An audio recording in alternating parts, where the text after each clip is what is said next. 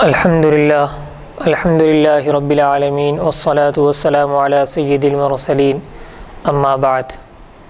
محترم ناظرین و حاضرین و سامعین کرام، باب العلم انواریہ ایجوکیشنل سوسائٹی اور اس کے تحت چلنے والا ادارہ جامعہ انواریہ حیدرآباد دکن کے زیر اہتمام قرآن کریم کی مختلف تفاسیر بشمول صحاح ستہ اور حدیث کی اور فقہ کی مختلف 100 سے زائد کتابوں کی ویڈیو ریکارڈنگز کا آغاز ہو چکا ہے، جن میں سے تقریباً آپ کے سامنے آ چکی ہیں، اور اسی طرح ہم مختلف عناوین پر بھی آپ کے سامنے روشنی ڈالتے آ رہے ہیں۔ لہذا آج یہ نشست ہم آپ کے سامنے خصوصی طور پر پیش کرنے جا رہے ہیں تاکہ اسلام پر ہونے والے جو اعتراضات دن بدن بڑھتے جا رہے ہیں ان کو ختم کرنے کی کوشش کی جائے۔ آپ جانتے ہیں کہ اسلام پر ہمیشہ مختلف طریقوں سے حملے کیے گئے، کبھی عقائد پر حملہ کر کے اور کبھی مسائل پر حملہ کر کے اور کبھی اسی طرح شریعت کے احکامات پر حملہ کر کے مختلف صورتوں میں اسلام کی مخالفت کی گئی۔ ان صورتوں میں سے ایک صورت یہ ہے جو کہا جاتا ہے کہ اسلام نے عورت کو محروم کر دیا ہے، میراث سے محروم کر دیا ہے، اس کا ترکے میں کوئی حصہ نہیں، اگر حصہ ہے تو بہت ہی کم حصہ ہے۔ تو اس عنوان کے تحت آج ہم بہت ساری پیچیدگیوں کو کھولنے والے ہیں، اور جو یہ اعتراضات کرتے ہیں یا جو الزامات لگاتے ہیں اسلام کے قانون پر، ان الزامات سے ہم اسلام کو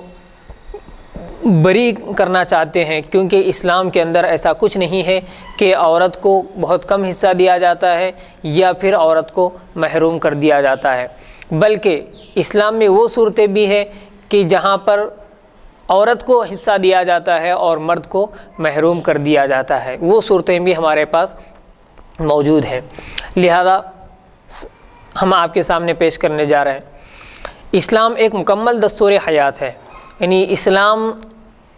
انسان کی پیدائش سے لے کر اسلام کے مرنے تک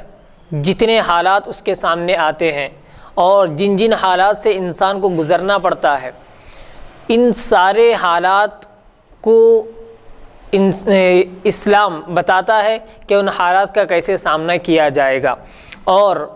ان حالات میں اس کو کس قانون پر عمل کرنا ہوگا۔ یہ ساری چیزیں اسلام انسان کو بتاتا ہے اور بالخصوص مسلمان کو بتاتا ہے، اس لیے اسلام ایک پوری زندگی کا ایک قانون ہے۔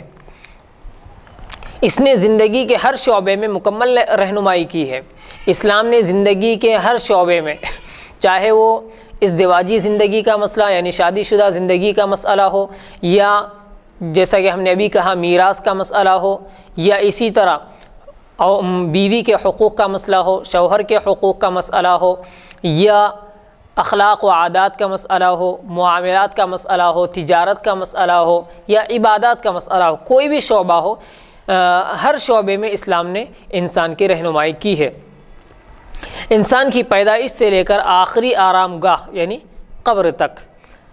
زندگی کے جتنے امور ہو سکتے ہیں اور جتنے موڑ آ سکتے ہیں زندگی میں،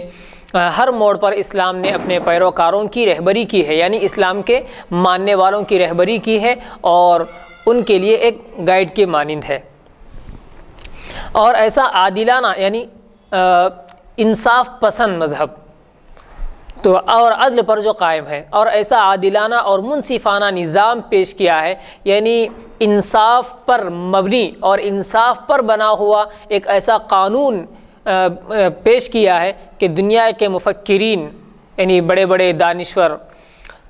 دنیا کے مفکرین و دانشور انگشت بدندہ ہیں، یعنی وہ بہت ہی زیادہ حیران ہیں۔ انگشت بدندہ یعنی انگلیوں کو دانتوں پر یا دانتوں میں رکھ لینا، یہ ایک محاورہ ہے جو پریشانی کے لیے استعمال کیا جاتا ہے، کیونکہ انسان عام طور پر جب پریشان ہوتا ہے، حیران ہو جاتا ہے، تو پھر وہ اپنی انگلیوں کو منہ میں رکھ لیتا ہے پریشانی کی وجہ سے، تو اس لیے وہ بھی پریشان ہیں دنیا کے بڑے بڑے مفکرین۔ دبے لفظوں میں اسلام کے محاسن، یعنی بہت ہی غیر ظاہرانہ انداز میں دبے لفظوں میں اسلام کے محاسن یعنی اسلام کی اچھائیاں اور اس کی خوبیوں کا اعتراف کرنے پر مجبور ہیں۔ معلوم بھی ہیں ان کو کہ اسلام کے اندر بہت ساری اچھی چیزیں، بلکہ اسلام ایک اچھا مذہب ہے، اسلام عادلانہ اور منصفانہ نظام پیش کرتا ہے، یہ ساری باتوں کا وہ اعتراف بھی کرتے ہیں، لیکن چھپ کر۔ اسلام نے جہاں انسان کی زندگی کے تمام مسائل کا حل بتایا ہے، وہیں موت کے بعد کے مسائل کا حل بھی پیش کیا ہے۔ انسان کی موت کے بعد ایک اہم مسئلہ اس کے املاک و جائیداد کی تقسیم کا ہے۔ جب انسان مر جاتا ہے تو پھر ایک مسئلہ اس کی جائیداد، یعنی اس نے دنیا میں جتنا کمایا ہے اور جتنا مال اس نے دنیا میں چھوڑ رکھا ہے، تو اس کی تقسیم کس طرح ہوگی اور اس کا وارث کون بنے گا، اس پر بھی اسلام نے ایک قانون بنایا ہے۔ تو اس کے املاک یعنی اس کی جائیداد وغیرہ کی تقسیم کا مسئلہ ہے۔ شریعت کے دیگر احکام میں، یعنی شریعت کے جو دوسرے احکام ہیں، ان احکام کے مقابلے میں میراث کو یہ خصوصیت اور یہ امتیاز حاصل ہے، یعنی تھوڑا سا یہ میراث کا مسئلہ ہٹ کر ہے اور خاص ہے کہ اللہ تبارک و تعالیٰ نے قرآن کریم میں بذات خود اس کی تفصیلات اور جزئیات ذکر کی ہیں۔ یعنی قرآن کریم میں میراث کے علاوہ، وراثت کے علاوہ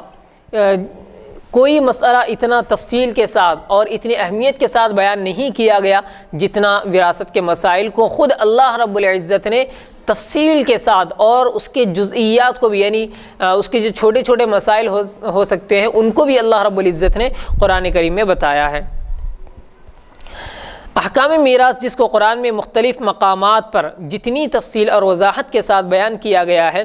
نماز روزے کے احکام بھی اتنی تفصیل کے ساتھ ذکر نہیں کیے گئے۔ اور پھر اس کو، جبکہ نماز دین کا ایک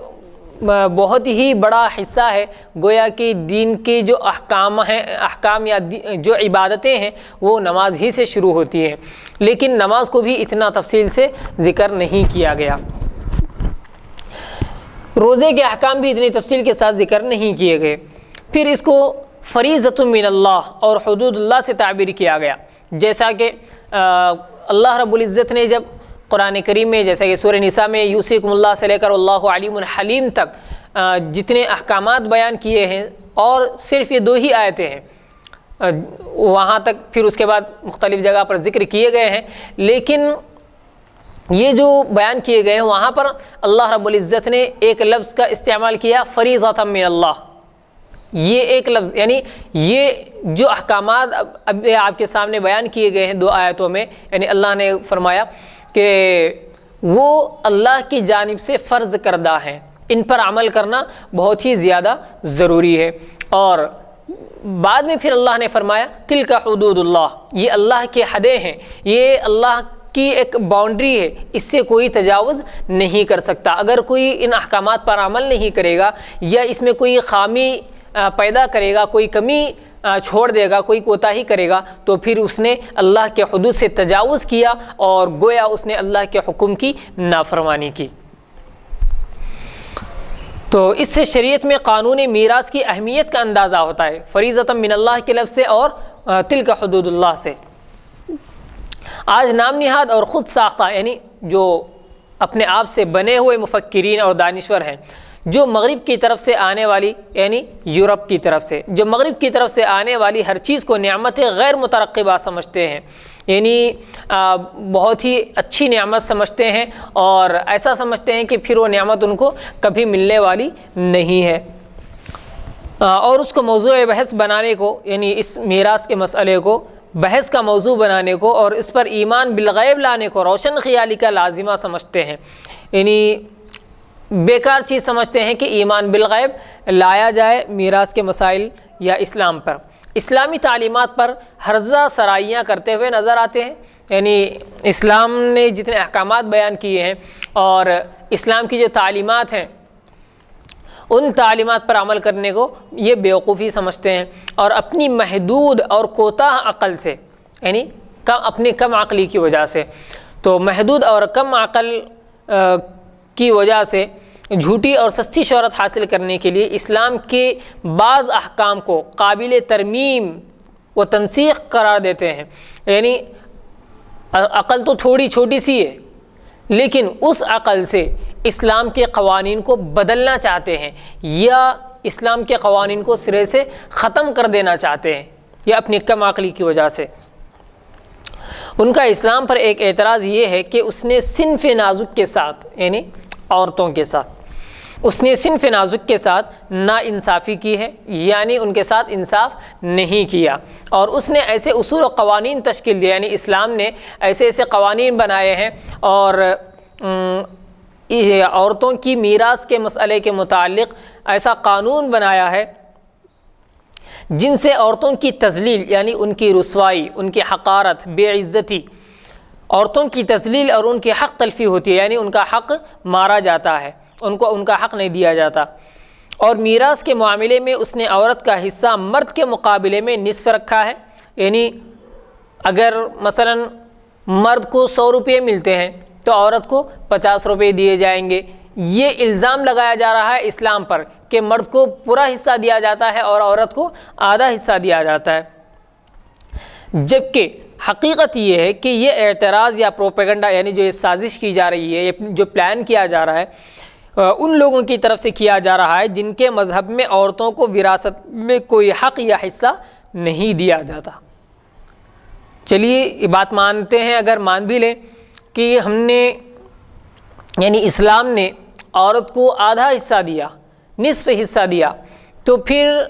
آپ جو اعتراض کر رہے ہیں اسلام پر، تو آپ بتائیے کہ آپ کے مذہب میں عورت کو کتنا حصہ دیا جاتا ہے؟ کہ آپ کے پاس اس کا الٹا ہے کہ عورت کو پورا حصہ دیا جاتا ہے، مرد کو آدھا حصہ دیا جاتا ہے؟ ایسا تو نہیں ہے، بلکہ آدھا حصہ تو دور کی بات، آپ کے پاس تو کوئی حصہ ہی نہیں دیا جاتا۔ آپ اسلام پر الزامات لگا رہے ہیں، لیکن آپ کے گھر کی بات تو یہ ہے کہ آپ کے پاس عورت کو کوئی حصہ ہی نہیں دیا جاتا میراث میں سے، بلکہ عورتوں کو مملوکہ چیزوں کی طرح منتقل کیا جاتا ہے، یعنی ایک غلام کی طرح، اور ایک جیسے سامان ہوتا ہے اس سامان کی طرح ان کو منتقل کر دیا جاتا ہے۔ اور اگر کوئی مرد مر جاتا ہے تو اس کے گھر کے مرد اس کی بیوی کے مالک اسی طرح بن جاتے ہیں جس طرح اس کے ترکے کے مالک بن جاتے ہیں، یہ حال ہے ان کا۔ اور عورت کے نہ چاہتے ہوئے بھی اس کے ساتھ شادی کر لیتے ہیں، یہ زبردستی، یعنی گویا کہ عورت کی حیثیت ان کے نزدیک اتنی ہی ہے جتنی کہ ان کے گھر کے سامان کی ان کے پاس عزت ہے، جب چاہے وہ اس کو استعمال کر سکتے ہیں، جیسا چاہے اس کو استعمال کر سکتے ہیں، اور کسی سامان کے ان پر کوئی زبردستی نہیں چل سکتی۔ تو اس طرح عورت کا ان کے پاس استعمال ہوتا ہے،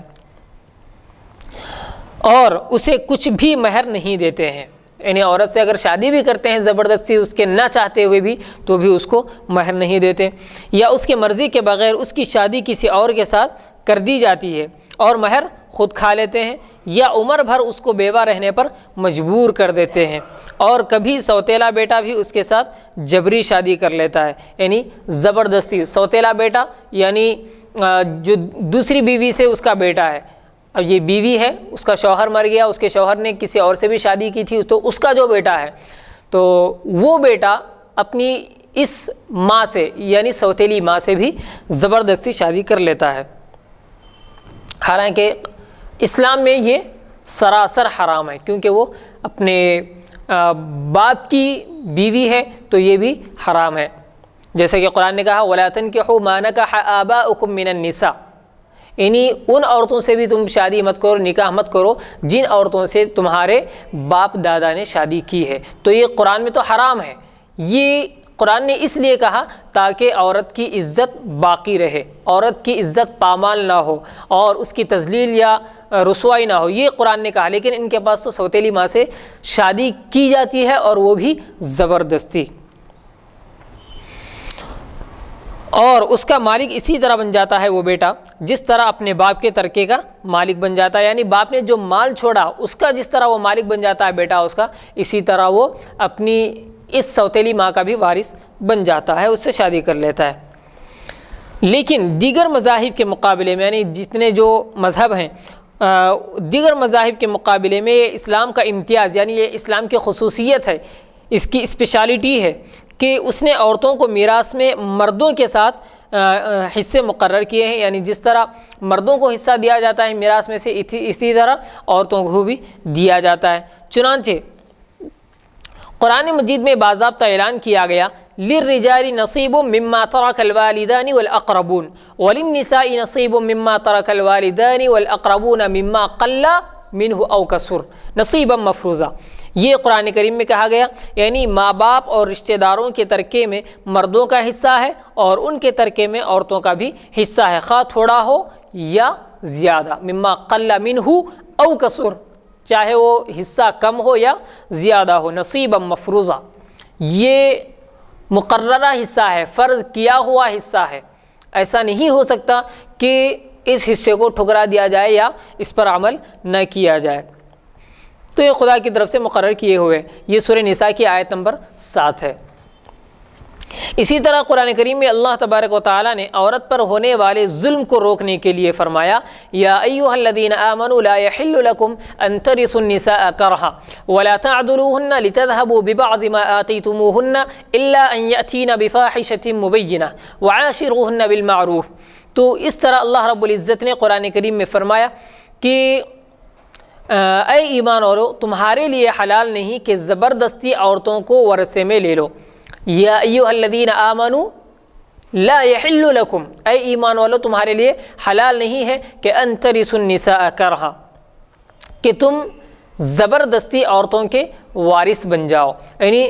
عورت یہ کوئی وراثت میں آنے والی چیز نہیں ہے۔ اور اسی طرح فرمایا وَلَا تَعْضُلُوهُنَّ لِتَذْهَبُوا بِبَعْضِ مَا آتَيْتُمُوهُنَّ إِلَّا أَن يَأْتِينَ بِفَاحِشَةٍ مُبَيِّنَةٍ، اور انہیں اس لیے روکے نہ رکھو کہ جو مال تم نے انہیں دے رکھا ہے اس میں سے کچھ لے لو، ہاں یہ اور بات ہے کہ وہ کوئی کھلی برائی اور بے حیائی کریں، الا ان یاتینا بفاحشۃ مبینہ، مگر یہ کہ وہ اگر کوئی کھلی برائی لے آتی ہیں یا تمہاری کھلی نافرمانی کرتی ہیں تو پھر وہ آپ لے سکتے ہو، تو اس لیے روک سکتے ہو۔ ہاں یہ اور بات ہے کہ وہ کوئی کھلی برائی اور بے حیائی کریں، ان کے ساتھ اچھے طریقے سے زندگی بسر کرو، یعنی وعاشرہن بالمعروف، ان کے ساتھ اچھی زندگی گزارو۔ فَإِن كَرِهْتُمُوهُنَّ فَعَسَىٰ أَن تَكْرَهُوا شَيْئًا وَيَجْعَلَ اللَّهُ فِيهِ خَيْرًا كَثِيرًا، تو اگرچہ تم انہیں ناپسند کرو لیکن بہت ممکن ہے کہ تم کسی چیز کو برا جانو اور اللہ تعالیٰ اس میں بہت ہی بھلائی رکھی ہو۔ تو فَعَسَىٰ أَن تَكْرَهُوا شَيْئًا وَيَجْعَلَ اللَّهُ فِيهِ خَيْرًا كَثِيرًا، تو قریب ہے کہ تم کسی چیز کو ناپسند کرو، اس سے کراہت کرو، لیکن اللہ رب العزت اس کے اندر تمہارے لیے بہت بھلائی رکھی ہو۔ حقیقت یہ ہے کہ دنیا میں حقوق نسواں کا اولین علم بردار، یعنی عورتوں کے حقوق کے متعلق جس نے علم بلند کیا تھا اور جس نے آواز اٹھائی تھی، اگر کوئی مذہب ہے تو وہ اسلام ہی ہے۔ جس نے عورت کو پستی سے نکال کر بلندیوں پر چڑھایا اور جس نے ہر شعبے میں عورتوں کے حقوق کی نمائندگی کی ہے وہ بھی اسلام ہی ہے۔ آپ نے بارہا سنا بھی ہوگا یا پڑھا بھی ہوگا کہ اسلام کے آنے سے پہلے اور اسی طرح جناب محمد رسول اللہ صلی اللہ علیہ وسلم کی بعثت سے پہلے عورتوں کا کیا حال ہوا کرتا تھا۔ عورتوں کو اگر بچی پیدا ہوتی تو زندہ درگور کر دیا جاتا، اگر بچے کی خوشخبری انہیں دی جاتی تو ظل وجہہ مسودا وہو کظیم، تو باپ کا چہرہ بالکل کالا ہو جاتا غصے کی وجہ سے اور اس کا چہرہ بالکل بگڑ جاتا۔ یہ عورتوں کی حقارت، عورتوں کی ذلت، عورتوں کی تذلیل اور ان کی بے عزتی اس معاشرے میں پائی جاتی تھی، یعنی عورت کا کوئی مقام ہی نہیں تھا ان کے نزدیک۔ تو پھر اسلام آیا، شریعت آئی، احکام خداوندی جناب محمد رسول اللہ صلی اللہ علیہ وسلم نے لوگوں کے سامنے پڑھ کر سنائے، تو پھر وَإِذَا الْمَوْءُودَةُ سُئِلَتْ جیسے احکام نازل ہوئے کہ اگر تم لڑکی کو زندہ درگور کرتے ہو تو ایک بات یاد رکھو کہ کل قیامت کے دن اس سے سوال کیا جائے گا کہ بِأَيِّ ذَنبٍ قُتِلَتْ، کہ تجھے کس گناہ میں قتل کیا گیا تھا، کس گناہ کی وجہ سے تجھے زندہ درگور کیا گیا تھا۔ تو بہرحال قرآن کریم یا اسی طرح اسلام نے عورت کو ایک مقام دیا ہے، عزت دی ہے، اس کی زندگی کو سنوارنے کی کوشش کی ہے، اور اس کے ساتھ جو زبردستی یا ظلم ہو رہے تھے ان تمام چیزوں کو ختم کرنے کے لیے اسلام آیا ہے۔ اور سب سے پہلے اسلام ہی نے یہ قدم اٹھایا کہ عورتوں کے لیے وہی حقوق دیے جائیں، یا کم سے کم مرد سے کم تو اس کے لیے حقوق رکھے جائیں۔ علم میراث سے تھوڑی بہت جانکاری رکھنے والے، یعنی میراث کا جو علم ہے، وراثت کا جو علم ہے، وراثت کے حصے کس طرح تقسیم کیے جاتے ہیں، اور اسی طرح ترکہ یعنی جو مال میت نے چھوڑا ہے، آدمی یا عورت جو مال رکھ کر مری ہے، اس کا انتقال ہوا ہے، تو اس کے مال کو کس طرح تقسیم کیا جائے گا، کس طرح بانٹا جائے گا اس کے وارثوں کے درمیان، اس کا جو علم رکھتے ہیں وہ حضرات بخوبی جانتے ہیں کہ وراثت سے حصہ پانے والے اصحاب فرائض میں، یعنی جو اصحاب فرائض ایک اصطلاح ہے اس کے اندر کہ ان کو وراثت دی جاتی ہے، تو اصحاب فرائض میں مرد کے مقابلے میں عورتوں کی تعداد زیادہ رکھی گئی ہے، جہاں پر 4 مرد،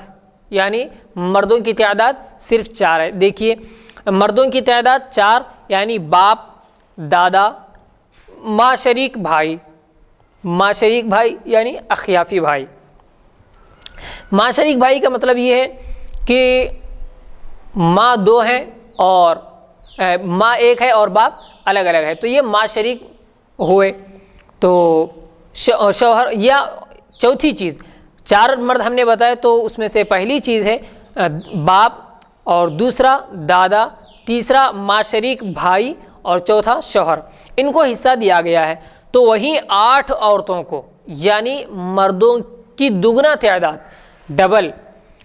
وہیں 8 عورتوں یعنی بیوی، بیٹی، پوتی، حقیقی بہن، ماں شریک بہن، باپ شریک بہن، ماں، دادی یا نانی کو حصہ دیا گیا ہے، یہ 8 عورتوں کو، جبکہ مردوں میں سے صرف 4 مردوں کو حصہ دیا گیا۔ یہ اصحاب فرائض ہیں، یعنی پہلے مرحلے میں ان کو حصہ دیا جاتا ہے وراثت میں سے، جو آج تک کوئی تہذیب یا کوئی مذہب اسے نہیں دے سکا۔ اسلام کے علاوہ دنیا کے کسی مذہب نے ان عورتوں کو اپنے قانون کے اعتبار سے کبھی حصہ نہیں دیا وراثت کا۔ اسلام سے پہلے دنیا میں مالی نظام دولت کو جمع کرنے پر تھا، چند افراد کے پاس زیادہ سے زیادہ دولت رہا کرتی تھی۔ مال و دولت کو جمع کرنے کا ایک سبب قانون میراث بھی تھا۔ یہودیوں کے یہاں پوری میراث صرف بڑے لڑکے کو مل جاتی تھی، عورتوں کو اس سے محروم رکھا جاتا تھا۔ یعنی یہودیوں کا جو طریقہ تھا وہ تھا کہ صرف جو بڑا لڑکا ہوتا یا اسی طرح جو بھی بڑے لڑکے ہوتے ان کو اس کی وراثت مل جاتی، اور جو بہنیں وغیرہ جو ہوتے ان کو محروم کر دیا جاتا۔ ماں ہوتی تو اس کو محروم کر دیا جاتا، بیٹی ہوتی تو اس کو بھی محروم کر دیا جاتا تھا۔ یعنی جیسا کہ میں نے ابھی بتایا کہ اسلام آنے سے پہلے عورت کی کیا حالت تھی۔ تو یہودیوں کے یہاں پوری میراث صرف بڑے لڑکے کو مل جاتی تھی، جو بڑا لڑکا ہوتا تھا اسی کو ساری میراث مل جاتی تھی، عورتوں کو اس سے محروم رکھا جاتا تھا۔ ہندوؤں کے یہاں میراث میں عورتوں کا کوئی حق نہیں تھا، ہندو ان کے پاس عورت کے لیے میراث میں سے کوئی حصہ مقرر نہیں ہے اور ان کا کوئی حصہ نہیں دیا جاتا تھا۔ زمانے جاہلیت میں میراث کے حقدار وہ لوگ سمجھے جاتے تھے، یعنی میراث یعنی ترکے کمال صرف ان کو دیا جاتا تھا جو لڑنے اور دفاع کرنے کی صلاحیت رکھتے ہوں، یعنی جن کے اندر جنگ کرنے کی صلاحیت ہو، ہتھیار چلانے کی صلاحیت ہو، طاقت و قوت ہو، تو ان کو وراثت کا حقدار سمجھا جاتا تھا اور ان کو وراثت دی بھی جاتی تھی تاکہ اس وراثت کا صحیح استعمال ہو۔ اس لیے خواتین اور نابالغ بچوں کو ترکے میں کوئی حصہ نہیں دیا جاتا تھا۔ اسلام نے ایک ایسے نظام معیشت کی بنیاد رکھی، یعنی معیشت کا اور فائنینشیلی ایک ایسا قانون بنایا جس میں دولت کی زیادہ سے زیادہ تقسیم ہو، اس اصول کو جہاں زندگی کے دوسرے شعبوں میں برتا گیا وہیں قانون میراث میں بھی اس کو ملحوظ رکھا گیا، یعنی میراث کے مسئلے میں بھی، وراثت کے مسئلے میں بھی اس کو ملحوظ رکھا گیا کہ مال کا اعتبار سبھی کے لیے ہو، اور مال اگر تقسیم ہوتا ہو تو اس میں سب کا حصہ ہو۔ مردوں اور جوانوں کے ساتھ ساتھ عورتوں اور بچوں کو بھی میراث میں حق دیا گیا، اور تقسیم میراث کا ایک ایسا متوازن اور منصفانہ نظام مقرر کیا گیا، یعنی میراث کے تقسیم کرنے کا ایک ایسا انصاف والا قانون بنایا گیا کہ جس سے کوئی محروم نہیں رہ سکتا۔ تو ایسا قانون بنایا گیا کہ جس کی کوئی مثال نہیں ملتی، بلکہ آج مغرب سے مشرق تک مختلف ملکوں، یعنی دنیا کے ایک کونے سے دوسرے کونے تک مختلف ملکوں اور قریوں کے قانون میں اسلام کے قانون میراث سے خوشہ چینی کی گئی ہے، یعنی ان پر اعتراضات کیے گئے ہیں، یا اگر وہ لوگ اپنے مذہب کا قانون بنائے ہیں تو انہوں نے بھی اسلام کے قانون سے تھوڑی باتیں لے کر اپنا قانون بنائے ہیں۔ اگر وہ اپنے قانون کے مطابق دیکھیں گے تو ان کے پاس اس طرح ترقی کا کوئی قانون یا وراثت کے مال تقسیم کرنے کا ایسا کوئی قانون ان کے پاس نہیں ہے، بلکہ اگر ان کے پاس آج بھی کوئی قانون ہے تو انہوں نے بھی اسلام ہی سے لیا ہے۔ اسلام نے میراث کے حوالے سے کیسا متوازن اور منصفانہ نظام پیش کیا ہے، یعنی بہت ہی بہترین اور انصاف پر مبنی قانون بنایا ہے، اور جس میں کسی کا حق نہیں مارا جاتا، کسی کو محروم نہیں رکھا جاتا،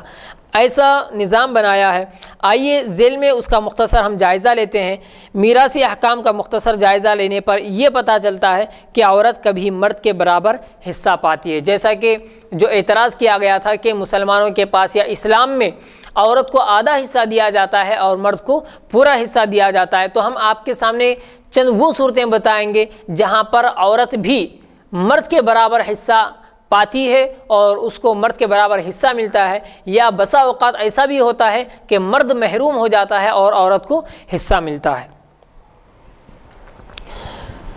تو عورت کبھی مرد کے برابر حصہ پاتی ہے تو کبھی اس سے بھی زیادہ حصے کی حقدار ہو جاتی ہے، اور کچھ صورتوں میں تو عورت حصہ پاتی ہے لیکن مرد محروم رہ جاتا ہے، جبکہ عورت صرف 4 صورتوں میں مرد سے کم حصے کی حقدار ہوتی ہے۔ کچھ مثالوں سے یہ بات واضح ہوتی ہے، یعنی 3 صورتیں۔ ایک تو یہ ہے کہ عورت مرد کے برابر حصہ پاتی ہے، دوسری صورت عورت مرد سے زیادہ حصہ پاتی ہے، یعنی اس میں بھی مرد کو حصہ مل رہا ہے، تیسری صورت عورت کو حصہ ملتا ہے مگر مرد کو حصہ نہیں ملتا۔ یہ ساری مثالیں ہم آپ کے سامنے بتاتے ہیں۔ اب وہ صورتیں جن میں عورت اور مرد برابر برابر حصہ پاتے ہیں، پہلے تو یہ بتائیں گے جن میں عورت اور مرد دونوں کو برابر حصہ ملتا ہے۔ جیسے اگر کسی شخص کے وارثین میں، یعنی جو مر گیا مال چھوڑ کر، اس کے جو وارثین ہیں یعنی جن کو وراثت ملنا ہے، تو ان میں اگر کسی شخص کے وارثین میں اولاد یعنی اس کے لڑکے لڑکیاں اور والدین ہوں تو والدین میں دونوں کو چھٹا حصہ ملے گا، یعنی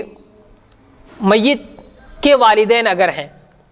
ماں بھی ہے اور باپ بھی ہے، تو ان دونوں کو چھٹا یعنی اس مال کے 6 حصے کیے جائیں گے، اور اس میں کا چھٹا حصہ اس کو دیا جائے گا اور چھٹا حصہ اس کو ملے گا۔ جیسے اللہ کا ارشاد ہے، اور اگر والدین کے ساتھ ساتھ بیٹا بھی ہو تو والد کو سدس اور والدہ کو سدس ملے گا، یعنی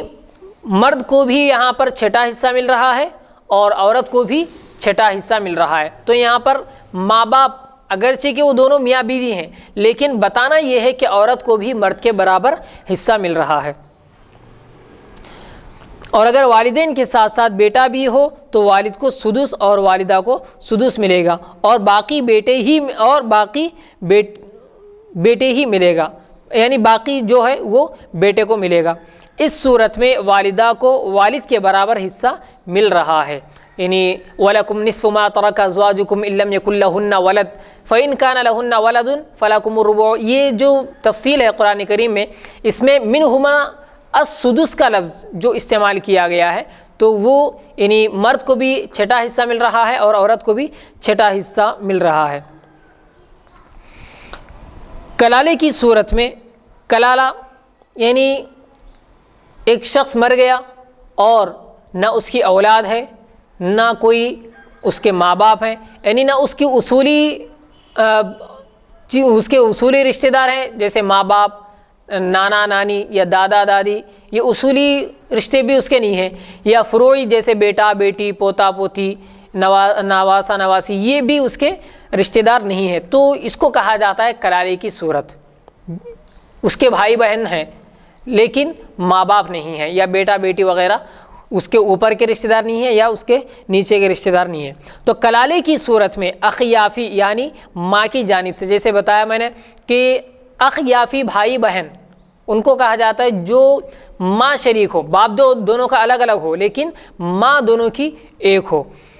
تو کلالے کی صورت میں اخیافی یعنی ماں کی جانب سے بہن بھائی کو برابر برابر حصہ ملے گا، ان میں کوئی تقسیم نیچے اوپر نہیں ہوگی۔ اخیافی بھائی بھی ہو تو برابر حصہ ملے گا، بہن بھی ہو تو برابر حصہ ملے گا۔ کلالے کا مطلب یہ ہے کہ جس کا باپ بیٹا نہ ہو، تو اگر کسی ایسے شخص کے وارثین میں اس کی ماں کی جانب سے دو یا اس سے زیادہ، یعنی اس کی ماں، کیونکہ ماں تو تھی اس کی لیکن اب زندہ نہیں ہے، تو اس کی ماں کی طرف سے دو یا اس سے زیادہ بہن بھائی ہوں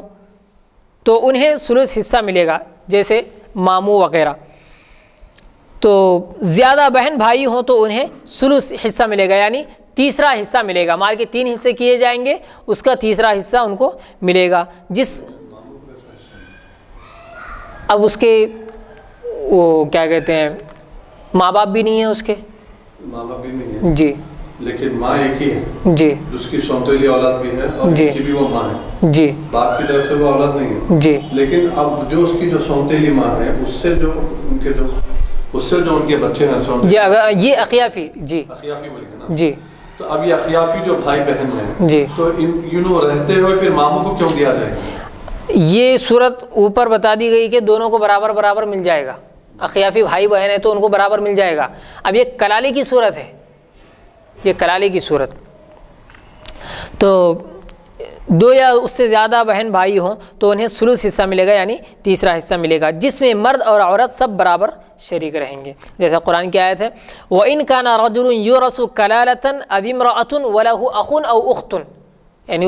اس کا بھائی ہے یا بہن ہے، فَلِكُلِّ وَاحِدٍ مِّنْهُمَا السُّدُسُ، ان میں سے ہر ایک کو چھٹا حصہ دیا جائے گا۔ فَإِن كَانُوا أَكْثَرَ مِنْ ذَلِكَ، اگر وہ اس سے کم ہوں، یہ بھائی بہن، یہاں پر تو حقیقی بھائی بہن کی بات ہے یہ، تو اگر وہ فَإِن كَانُوا أَكْثَرَ، اگر وہ اس سے زیادہ ہوں تو فَهُمْ شُرَكَاءُ فِي الثُّلُثِ، تو وہ سب کے سب تہائی حصے میں سب شریک ہو جائیں گے۔ تہائی یعنی وہی تیسرا حصہ، 1/3۔ اور اب وہ صورتیں جس میں مرد سے زیادہ حصہ عورت کو ملتا ہے، یہ تو برابر کا تھا۔ جیسے اگر کسی شخص نے اپنے وارثین میں بیوی، بیٹی، ماں اور ایک حقیقی بھائی چھوڑا، کیا چھوڑا؟ بیوی چھوڑا، بیٹی چھوڑا، ماں چھوڑا اور ایک حقیقی بھائی چھوڑا، یعنی اس میں 3 عورتیں ہیں اور ایک مرد ہے، تو پورے ترکے کو 24 مساوی حصوں میں تقسیم کیا جائے گا، یعنی برابر برابر 24 حصے اس کے کیے جائیں گے۔ جتنا بھی اس نے مال چھوڑا، مثلا 1000 روپے چھوڑا تو اس کے 24 حصے کیے جائیں گے، 1 لاکھ چھوڑا تو 24 حصے، 100 روپے چھوڑا تو 24 حصے، اور پورے ترکے کو 24 مساوی حصوں میں تقسیم کیا جائے گا، جن میں سے 3 حصے بیوی کو دیے جائیں گے، 24 میں سے 3 حصے بیوی کو دیے جائیں گے، 4 حصے ماں کو دیے جائیں گے، 7 ہو گئے، 5 حصے حقیقی بھائی کو، اس کا جو اصل بھائی ہے اس کو دیے جائیں گے، 12 ہو گئے۔ اب اور 12 حصے بیٹی کو ملیں گے، تو گویا یہاں پر عورت کو مرد سے زیادہ، یعنی اس کے بھائی سے بھی زیادہ اس کو حصہ مل رہا ہے، تو یہ ہو گیا۔ والد کے بھائی سے زیادہ اس کو حصہ مل رہا ہے، جی، والد کے بھائی سے زیادہ بیٹی یعنی اپنے والد کا حصہ اس کو مل رہا ہے زیادہ۔ یہاں پر عورت یعنی بیٹی کو مرد یعنی حقیقی بھائی سے زیادہ حصہ، مرنے والے کے حقیقی بھائی سے زیادہ حصہ اس کو مل رہا ہے۔ تو اسی طرح اگر کسی عورت نے اپنے وارثین میں شوہر، یعنی اب مرنے والی یہاں پر عورت ہے، اگر عورت نے اپنے وارثین میں شوہر، بیٹی، حقیقی بہن چھوڑی ہے، تو اس کے ترکے کو 4 مساوی حصوں میں تقسیم کیا جائے گا، یعنی 4 حصے اس کے بنائے جائیں گے جتنا بھی اس نے مال چھوڑا کس کو اس نے، اس کے وارثین میں کون ہے؟ شوہر ہے، بیٹی ہے اور حقیقی بہن ہے، یہ یاد رکھنا چاہیے۔ جن میں سے شوہر کو ایک حصہ دیا جائے گا، بیٹی کو 2 حصے، تو مرد سے زیادہ ہو گیا یہاں پر، باپ سے زیادہ، تو شوہر کو 1 حصہ، بیٹی کو 2 حصے اور حقیقی بہن کو 1 حصہ ملے گا۔ تو اس صورت میں بھی عورت یعنی بیٹی کو مرد یعنی اس کے باپ سے زیادہ حصہ شریعت نے مقرر کیا ہے۔ یہ تھی مرد سے زیادہ عورت کو یہاں پر حصہ مل رہا ہے۔ اب وہ صورتیں جہاں پر مرد کو کچھ ملتا ہی نہیں، عورت کو ملتا ہے، وہ صورتیں جس میں عورت کو حصہ ملتا ہے اور مرد کو کچھ نہیں ملتا، مثلا اگر کسی مرد نے اپنے وارثین میں ماں، 2 بیٹیاں، 2 اللاتی بہنیں یعنی باپ کی جانب کی بہنیں، باپ کی جانب کی یعنی باپ ایک ہے، ماں الگ الگ ہے دونوں کی، یہ، اور ایک اقیافی بھائی یعنی سوتیلے جیسا کہا جاتا ہے، ماں ایک ہے اور باپ دونوں کا الگ الگ ہے، اقیافی، ماں کی جانب کا بھائی۔ تو اگر کسی مرد نے اپنے وارثین میں ماں، 2 اللاتی بہنیں،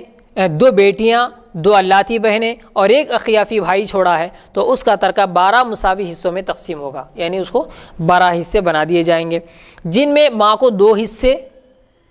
اور بیٹیوں کو 8 حصے، ماں کو 2 اور بیٹیوں کو 8 حصے، یعنی ہر ایک کو 4 حصے دے دیں گے، 2 ہے نا، 2 چھوڑانا، اور 2 اللاتی بہنوں کو 1 حصہ ملے گا، جبکہ اقیافی بھائی کو اللاتی بہنوں کی موجودگی کی وجہ سے کچھ نہیں ملے گا، مرد محروم اور عورتوں کو مل گیا۔ اسی طرح اگر کسی عورت نے اپنے وارثین میں شوہر چھوڑا، بیٹی اور اسی طرح پوتا اور ماں باپ چھوڑی ہو تو اس کا ترکہ 13 مساوی حصوں میں تقسیم ہوگا، 13 حصوں میں اس کو تقسیم کریں گے، جن میں سے ماں کو 2 حصے دیے جائیں گے، باپ کو 2 حصے دیے جائیں گے، شوہر کو 3 حصے دیے جائیں گے، بیٹی کو 6 حصے، جبکہ پوتا محروم ہو جاتا ہے۔ تو اور وہ صورتیں جن میں عورت کو مرد سے کم حصہ ملتا ہے، اب وہ بتائیں گے، کیونکہ اصل ہمارا مقصود یہی تھا کہ جو الزام لگایا گیا کہ عورت کو آدھا حصہ دیا جاتا ہے، مرد کو پورا حصہ دیا جاتا ہے، تو اس لیے ہم نے پہلے اس کا رد کیا۔ اب جو اصل ہے کہ مرد کو کتنا ملتا ہے وہ عورت کو کتنا ملتا ہے،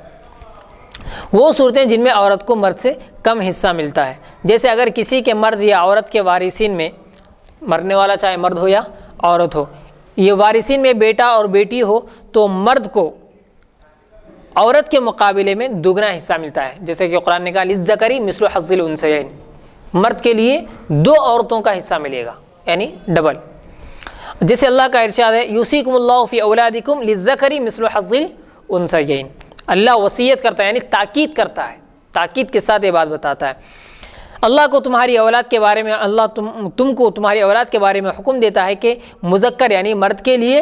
مؤنث یعنی عورت کے حصے سے 2 گنا زیادہ یعنی ڈبل اس کو ملے گا، یہ سورہ نساء کی آیت نمبر 11 ہے۔ یا وارثین میں اولاد بالکل نہ ہو،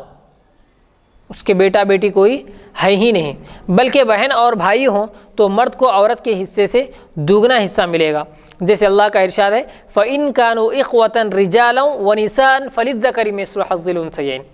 یہاں پر بھی اسی طرح زوجین یعنی شوہر اور بیوی، ان کی میراث میں شوہر کو بیوی سے دوگنا حصہ ملتا ہے۔ وَإِن كَانُوا إِخْوَةً رِجَالًا وَنِسَاءً، اگر بھائی بہن یعنی بھائی بھی ہے اور بہن بھی ہے تو ایسی جگہ پھر فَلِلذَّكَرِ مِثْلُ حَظِّ الْأُنثَيَيْنِ، بھائی کو ڈبل حصہ ملے گا اور بہن کو 1 حصہ ملے گا۔ اسی طرح زوجین یعنی شوہر اور بیوی کی میراث میں شوہر کو بیوی سے دگنا حصہ ملتا ہے، جیسے اگر کوئی عورت مر جائے، قرآن کریم کی دوسری آیت وَلَكُمْ نِصْفُ مَا تَرَكَ أَزْوَاجُكُمْ إِن لَّمْ يَكُن لَّهُنَّ وَلَدٌ، یہ اگر کوئی عورت مر جائے اور اسے کوئی اولاد نہ ہو تو شوہر کو اس کے ترکے سے یعنی اس کے چھوڑے ہوئے مال سے نصف یعنی آدھا ملے گا، اور اولاد ہونے کی صورت میں 1/4 حصہ ملے گا، یعنی اس کے 4 حصے کیے جائیں گے اور اس کو چوتھا حصہ یعنی پاؤ 25% ملے گا، ایک حصہ اس کو ملے گا۔ جبکہ اگر مرد مر جائے اور اسے کوئی اولاد نہ ہو تو بیوی کو اس کے ترکے سے چوتھا حصہ ملے گا۔ فلہن الربع کا لفظ ہے تو عورتوں کے لیے چوتھا حصہ ہوگا، یعنی 4 حصے کیے جائیں گے اس کو چوتھا حصہ دیا جائے گا۔ اور اولاد نہ ہو تو بیوی کو اس کے ترکے سے چوتھا حصہ ملے گا، اور اولاد ہونے کی صورت میں 8واں حصہ فلہن الثمن، 8ویں کا لفظ قرآن میں آیا ہے،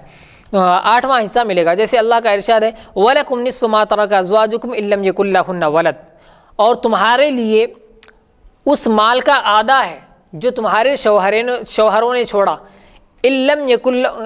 جو تمہاری بیویوں نے چھوڑا، إِن لَّمْ يَكُن لَّهُنَّ ولد، اگر ان بیویوں کو ان عورتوں کو کوئی اولاد نہ ہو تو کیا ہے وَلَكُمْ نِصْفُ، تمہارے لیے آدھا ہے۔ فَإِن كَانَ لَهُنَّ وَلَدٌ،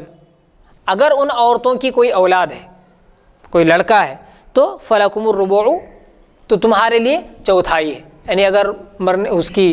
شوہر زندہ ہے اور بیوی کا انتقال ہوا، بیوی کی اولاد بھی ہے یعنی وہی دونوں کی اولاد بھی ہے، تو پھر شوہر کو پو یعنی چوتھا حصہ ملے گا۔ مما ترکنا من بعد وصیۃ یوصینا بها او دین، یعنی جو اس کی وصیت ہے وہ وصیت پوری کرنے کے بعد اور اس کا جو قرضہ ہے وہ قرضہ اتارنے کے بعد جو تقسیم کا سلسلہ شروع ہوگا تو اس میں چوتھا حصہ اس کو ملے گا۔ وَلَهُنَّ، اب یہ دوسرا، یہ مردوں کا حصہ بیان کیا گیا، اب عورتوں کا حصہ وَلَهُنَّ الرُّبُعُ مِمَّا تَرَكْتُمْ، اور ان کے لیے چوتھا یعنی پہلے ہی سے چوتھا حصہ، یعنی بیویوں کے لیے چوتھا حصہ ہوگا مما ترکتم، جو تم نے چھوڑا اس میں سے، کب ان لم یکن لکم ولد، اگر تمہاری کوئی اولاد نہ ہو، یعنی شوہر کا انتقال ہوا، بیوی ہے اور اس کا کوئی بیٹا بیٹی کوئی نہیں ہے، تو پھر بیوی کو چوتھا حصہ ملے گا، اور یعنی اس کی اولاد ہے، شوہر کا انتقال ہوا، بیوی ہے اور اس کے بچے بھی ہیں، تو پھر بیوی کو سمن ملے گا۔ دیکھیے ان لم یکن لکم ولد، اگر تمہاری کوئی اولاد نہیں ہے تو اس کو ربع ملے گا۔ فإن كان لکم ولد، اگر تمہاری اولاد ہے، فلہن الثمن، تو ان عورتوں کو یعنی تمہاری بیویوں کو 8واں حصہ ملے گا، مما ترکتم من بعد وصیۃ توصون بها او دین، اس وصیت کے بعد جو تم نے کیا تھا یا تمہارا قرضہ اتارنے کے بعد، یعنی قرضہ تمہارا ادا کرنے کے بعد۔ وصیت میں بھی یہ بات کو ملحوظ رکھنا چاہیے کہ ایسی وصیت جو شریعت کے مطابق ہو، جو شریعت کے موافق ہو، اگر خلاف شریعت کوئی شخص وصیت کرتا ہے تو احادیث مبارکہ میں آیا ہے کہ حضور سرور کونین صلی اللہ علیہ وسلم کا ارشاد مبارک ہے، حدیث پاک کا مفہوم ہے کہ پیارے نبی ارشاد فرماتے ہیں کہ وہ وصیت باطل ہے، جی یعنی وہ وصیت باطل ہے، ایسی وصیت پر عمل نہیں کیا جائے گا جو وصیت شریعت کے خلاف کی گئی ہو۔ جی اب مثال کے طور پر قرض ہے تو قرض کیونکہ ادا کرنا واجب ہے جی، تو لہٰذا قرض پورا میت کی طرف سے ادا کرنے کے بعد صرف ان کی وصیت، جی قرض کے بارے میں اگر وصیت ہے تو اس میں ان کی وصیت قبول کی جائے گی جی، اور اس وصیت پر عمل کیا جائے گا، یا پھر جائیداد میں جو ایک حصہ ہے، جی یعنی پوری کل جائیداد میں انہوں وصیت کر رہے ہیں تو وہ وصیت وہ اس ایک حصے کے اندر یعنی قرض کے علاوہ، قرض ادا کرنے کے علاوہ، اس لیے آپ سرچ کر رہا ہوں تاکہ مسئلہ ہو جائے کیونکہ اہم مسئلہ ہے کہ اب یعنی قرض تو ادا کر چکے ہیں، مثال کے طور پہ قرض پورا ادا کرنے کے بعد اس کے بعد بھی اگر کوئی اور وصیت ہے تو ایک حصے میں وہ تہائی حصے میں اس وصیت کو پورا کر دیا جائے گا، اگر اس سے زیادہ اگر وصیت ہو رہی تو پھر وہ وصیت پر عمل نہیں کیا جائے گا۔ جی یہ شریعت کا قانون ہے اور یہ سرور کونین صلی اللہ علیہ وسلم کا حکم ہے، جی تو اس پر جو ہے عمل، وصیت جو نافذ ہوگی اس کے ترکے کے تہائی حصے میں ہوگی، یعنی 1/3 میں، اس سے زیادہ کی اگر وصیت ہے تو پھر اس پر عمل آوری نہیں ہوگی، یعنی اس پر عمل نہیں ہوگا۔ اور قرضہ اگر جو ہے نا تہائی سے بھی اگر زیادہ ہے جی تو وہ تو ادا کرنا پڑے گا، قرضہ تو ادا کرنا پڑے گا، قرضہ کیونکہ جی جائیداد کے 4 حصے اگر ہم کریں گے جی تو جائیداد کے 4 حصے کر دیے جائیں گے، جی تو اس میں کا ایک حصے میں 3 حصے کیے جائیں گے، یعنی اس کے 4 جی ہاں 4 حصے کرنے کے بعد ایک حصے میں جو ہے میت نے جو وصیت کی ہے جی تو اس وصیت پر ان کی عمل کیا جائے گا، جی ایک حصے کے اندر جی اس سے زیادہ ہے تو پھر وہ وصیت باطل ہے، اس پر عمل نہیں کیا جائے گا، جی یہ شریعت کا قانون ہے، اللہ رسول کا حکم ہے، جی یہ ایک ہو گیا۔ اب دوسری بات میں یہ بتا رہا ہوں، یہ عرض کرنا چاہتا ہوں کہ اگر میت کا خرچ اتنا ہو کہ جائیداد کے 4 حصے کرنے کے بعد 3 حصے صرف خرچ میں چلے جا رہے ہیں جی، اور صرف 1 حصہ بچ رہا اس کے بعد خرچ جانے کے بعد، جی، تو ایسی صورت میں کیا حکم ہے؟ تو 3 حصے جو ہیں وہ قرض ادا کر دیا جائے گا۔ قرض تو ادا کرنا بہت ہی ضروری ہے کیونکہ اس کا پیسہ ہے اور قرض بھی اسی کے ذمے ہے، تو اس لیے پہلے قرض ادا کرنا ہوگا، اس کے بعد جو کچھ بھی بچے گا تو اس میں سے اگر اس کے بعد بھی انہوں نے کوئی وصیت کی ہے جی تو پھر اچھا خیر یہ وصیت کرو یا مت کرو، جی، اگر ان کا قرض ہے تو پہلا قرض ادا کرنا واجب جی، ہے، جی، اگرچہ کہ انہوں وصیت نہ کیے ہوں، جی، قرض ادا کرنا واجب ہے، جی، یہ ہو گیا۔ اب قرض ادا کرنے کے بعد اب مثال کے طور پہ 1 حصہ بچ رہا جی، یا 2 حصے بچ رہے ہیں قرض جانے کے بعد، جی، تو 2 حصے بچوں یا 3 حصے بچوں جی، قرض جانے کے بعد اب جتنے حصے بچ رہے ہیں پھر اس کے 4 حصے کریں گے، جی، پھر اس کے 4 حصے کر کے پھر اگر مزید انہوں نے کوئی وصیت کی ہے جی، تو تو پھر اس میں کے سے 1 حصے پر جو ہے وہ وصیت نافذ ہوگی اور بقیہ 3 حصے پھر جو ہے وہ تقسیم جی، کر دیا جائے۔ جی، بالکل بالکل۔ اگر کوئی مرد اپنے پیچھے ماں باپ، یعنی ایک اور ایک صورت بتاتے ہیں، اگر کوئی مرد اپنے پیچھے ماں باپ اور ایک بیٹی چھوڑے تو اس کے ترکے کو، یعنی اس کے چھوڑے ہوئے مال کو 6 حصوں میں تقسیم کیا جائے گا، جن میں سے اس کی بیٹی کو نصف یعنی 3 حصے، 6 حصوں میں تقسیم کریں تو آدھا دینا ہے تو پھر 3 حصے دیے جائیں گے، اور اس کی ماں کو 6واں حصہ یعنی 1 حصہ، 6 حصوں میں سے 6واں حصہ وہ 1 ہی ہوتا ہے تو 1 حصہ دیا جائے گا، اور اس کے باپ کو 6ٹے حصے کے ساتھ باقی 1 حصہ بھی اسبا ہونے کی وجہ سے۔ اسبا ایک اصطلاح ہے اس میں کہ جو اسبا ہوتا ہے اس کو بچا ہوا مال بھی مل جاتا ہے، حصے تقسیم کرنے کے بعد جو اسبا ہوتا ہے اس کو بقیہ مال بھی مل جاتا ہے، تو اسبا ہونے کی وجہ سے ملے گا۔ اس صورت میں بھی مرد یعنی باپ کو عورت یعنی ماں سے 2 حصہ ملتا ہے اور بیٹی کو باپ کے مقابلے میں زیادہ مل رہا ہے، 3 حصے مل رہے ہیں اس کو۔ یہاں پر ایک سوال یہ ذہن میں آتا ہے کہ مرد کو عورت سے 2 حصہ کیوں دیا جاتا ہے؟ اس کے کئی اسباب ہیں، یعنی کئی وجوہات ہیں اس کی کیوں دیا جاتا ہے۔ جیسے مرد پر مالی ذمہ داریاں عائد ہوتی ہیں، مرد جو مال کے اعتبار سے جو ذمہ داریاں اس کو سنبھالتا ہے، مثلا اس کے کاندھوں پر بیوی بچوں کے اخراجات کی ذمہ داری ڈالی گئی ہے۔ اسی طرح محرم رشتہ داروں کی ذمہ داری بھی اس کے سر رکھی گئی، یعنی ماں، بہن، بیٹی، یہ جو محرم رشتے ہیں اس کی ذمہ داری بھی اس پر ہی ہے، جبکہ عورت کے کاندھے کو مالی ذمہ داریوں سے بوجھل نہیں کیا گیا، اور جیسا کہ شریعت نے عورت کو کمانے کے بارے میں بھی نہیں کہا اور یہ بھی نہیں کہا کہ بچوں کی پرورش ماں پر ہے، تو عورت کے کندھوں کو مالی ذمہ داریوں سے بوجھل نہیں کیا گیا، بلکہ شادی سے پہلے اس کے اخراجات کی ذمہ داری باپ پر ڈالی گئی ہے۔ باپ موجود نہ ہونے کی صورت میں بھائی پر اس کے ضروری اخراجات پورا کرنے کی ذمہ داری ڈالی گئی ہے۔ شادی کے بعد شوہر کے ذمے اس کا نان و نفقہ یعنی بیوی کے اخراجات کھانے پینے کا انتظام کرنا یہ رکھا گیا ہے۔ شوہر کے انتقال ہو جانے کی صورت میں بیٹوں کو ماں کی ضروریات پورا کرنے کا پابند بنایا گیا ہے، بلکہ اگر گہرائی سے جائزہ لیا جائے تو شریعت نے نہ صرف اس کو مالی ذمہ داریوں سے سبکدوش کیا ہے بلکہ مہر کے ذریعے ایک معتد برقم شوہر کی جانب سے دے کر بھی اس پر احسان کیا ہے۔ عورت پر سبکدوش یعنی اس کو ہٹا دیا ہے، اس کو غیر ذمہ دار بنایا، جیسے عورت کو مالی ذمہ داری نہیں ڈالی گئی عورت پر، اس کو اس سے آزاد کر دیا گیا، تو بلکہ مہر کے ذریعے ایک معتد برقم یعنی ایک اچھی رقم شوہر کی جانب سے دے کر بھی اس پر یعنی عورت پر احسان کیا ہے۔ لہٰذا یہ کہنا کسی طرح درست نہ ہوگا کہ دین اسلام نے عورت پر تقسیم میراث کے معاملے میں ظلم و زیادتی کی ہے، یہ سراسر ناانصافی اور اسلام کے خلاف پروپیگنڈا ہے اور اسلام کے خلاف ایک سازش ہے۔ تو ہم نے جتنی صورتیں آپ کے سامنے بتائیں اس میں یا تو عورت کو مرد کے برابر حصہ ملتا ہے یا مرد سے زیادہ حصہ ملتا ہے، یا پھر مرد محروم ہو جاتا ہے اور عورت کو حصہ ملتا ہے، اور باقی صورتیں وہ تھیں جہاں پر عورت کو آدھا حصہ ملتا ہے اور مرد کو پورا حصہ ملتا ہے۔ لیکن اسلام کے خلاف سازشیں جو کر رہے ہیں اور جو مذہب کے لوگ اسلام کو یہ کہتے ہیں کہ اسلام میں عورت کو آدھا حصہ دیا جاتا ہے، تو خود ان کے مذہب کا یہ حال ہے کہ سراسر ان کے پاس عورت کو ترکے ہی سے محروم کر دیا جاتا ہے، وراثت سے ہی محروم کر دیا جاتا ہے۔ تو یہ باتیں یعنی اسلام کو تحقیق سے مطالعہ کیا جائے اسلام کا، اور ایک اچھی نظر سے اسلام کو پڑھا جائے اور غلط نظر سے نہ دیکھا جائے، کیونکہ غلط نظر سے دیکھنے والا اگر اچھی بھی چیز کو دیکھتا ہے تو پھر اس کو غلط ہی نظر آتا ہے۔ تو بس اللہ رب العزت سے دعا ہے کہ اللہ تبارک و تعالی ہم تمام کو اور اسلام کو اس کے خلاف سازشیں جو ہو رہی ہیں ان سے بچائے، اور اسلام کے خلاف سازشیں کرنے والوں کو اللہ تبارک و تعالی ہدایت دے۔ اگر ان کے حق میں ہدایت نہیں ہے تو پھر زمین کو ان سے پاک فرما دے۔ آمین۔ وآخر دعوانا الحمد للہ رب العالمین۔